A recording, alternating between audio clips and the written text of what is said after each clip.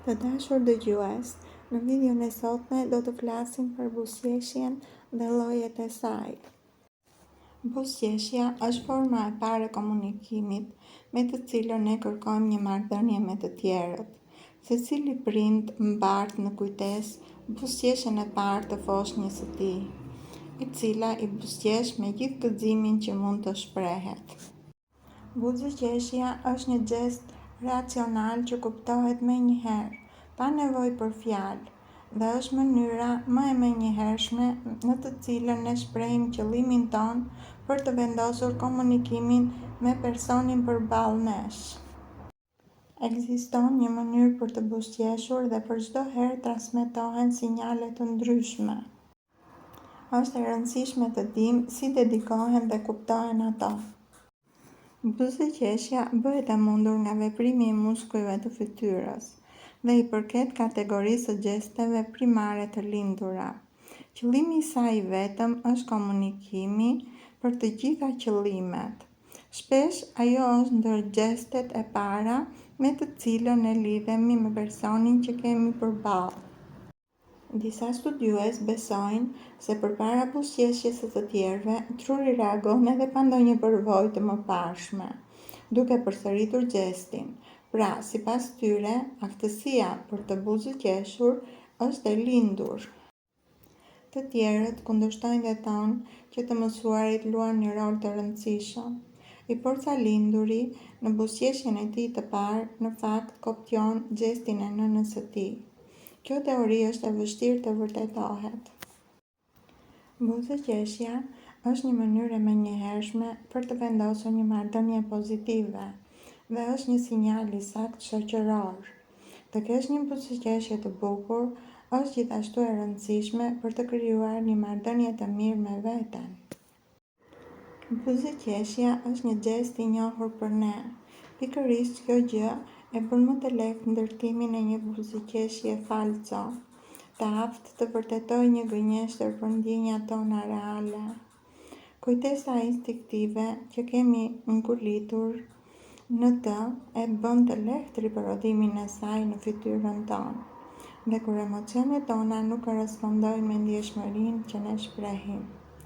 Sidoqoftë, gjestet të tjera të trupit, të tilla si shprehja e syve, sjellja, gjestet e duarve, mund të tradhtojnë të menduarit tonë të vërtetë.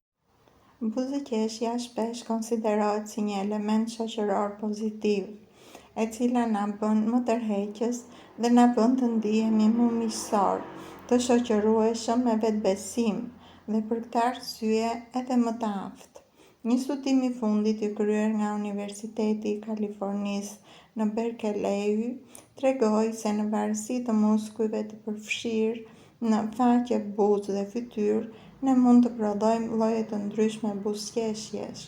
Prandaj është e rëndësishme t'i dallojmë ato. Buzëqeshja e mirëfillt është e shkurtër dhe simetrike, përfshin muskujt e faqeve dhe sytë përveç buzëve. Quhet gjithashtu buzëqeshja duchenne, emëruar sipas neurologut francez Guillaume Duchenne, i cili studioi dhe analizoi filozofinë e saj. Kjo buzëqeshje shpreh ndjenja të sinqerta, të miqësisë, kënaqësisë dhe gëzimit. Buzëqeshja e kënaqësisë, buzët janë të ndara, ndonjëherë ato të riqen pak nga njëra anë, e cila jep një asimetri të lehtë të gestit. Kjo tregon një shenjë kënaqësie. Buzëqeshja me gojën mbyllur ndodh kur buzët rriqen pak por mbeten të mbyllura. Muskujt e fytyrës janë të gjithë të përfshirë dhe sytë buzëqeshin. Ky gest nuk vazhdon shumë, kështu që kjo buzëqeshje nuk shpreh kënaqësi të plotë dhe tregon ndrojtje dhe kundërshtim. Buzëqeshja empatike është e shkurtër dhe jo shumë e dukshme, por tregon mirëseardhjen, inkurajim dhe dëgjim. Buzëqeshja e djallëzuar. Nëse buzëqeshja shoqërohet me elemente të trupit si zgjerimi i bebzave, ose gjesti i prekjes së flokëve, veshit ose buzëve, Kjo buzëqeshje tregon një shenjë të tërheqjes fizike. Buzëqeshja terapeutike, buzëqeshja dhe e qeshura mund të kthehen në një ilaç të vërtet dhe një mbështetje të rëndësishme terapeutike.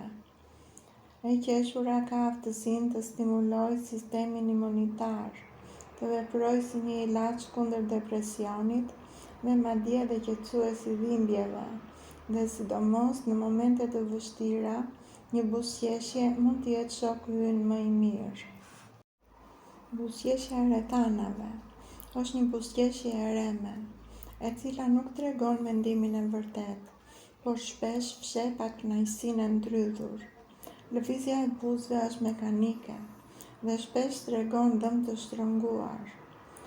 Nëse lind papritur dhe zgjat shumë, është mirë të jemi të vëmendshëm.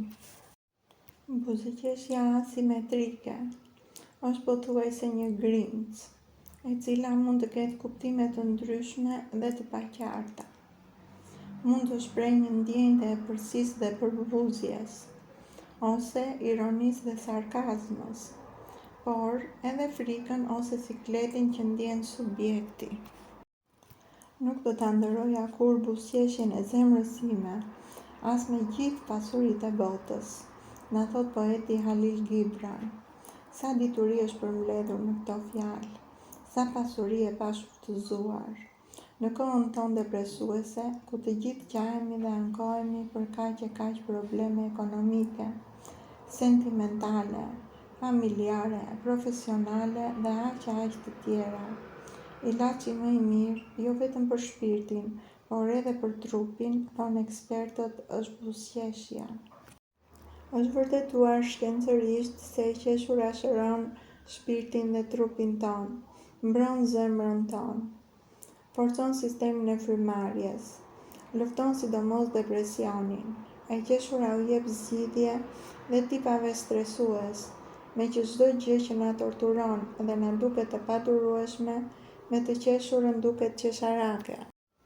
E qeshura forcon mekanizmin mbrojtës të trupit, pasi kur ne qeshim, organizmi ynë lëshon elektrone imuniteti në sistemin e frymarrjes, që e mbrojnë nga viruset dhe mikrobet. E qeshura i bën mirë zemrës dhe ndihmon në qarkullimin e gjakut. Me të qeshurën luftojmë stresin, pasi prodhojmë më shumë endorfina, hormonet e famshme të gëzimit. Ka përcejnë lehtë dhimbjet, pasi hormonet e mësipërme funksionojnë dhe si qetësues. Lidhur me buzëqeshjen, vlen të përmendim dhe mendimin e psikologëve, të cilët na thonë se më trego të qeshurën tënde të them se kush je.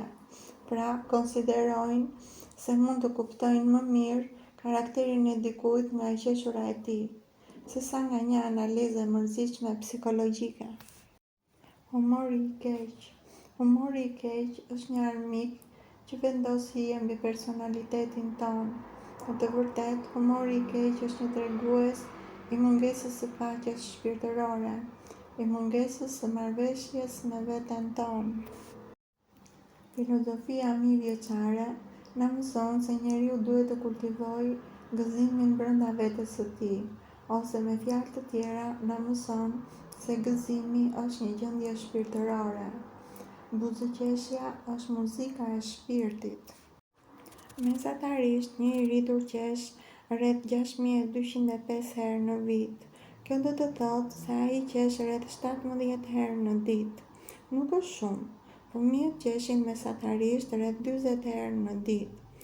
Këtu duhet të rikujtojmë fjalët e ekspertëve që thonë: nuk pushon se qeshuri se po plakesh, por plakesh sepse po pushon se qeshuri.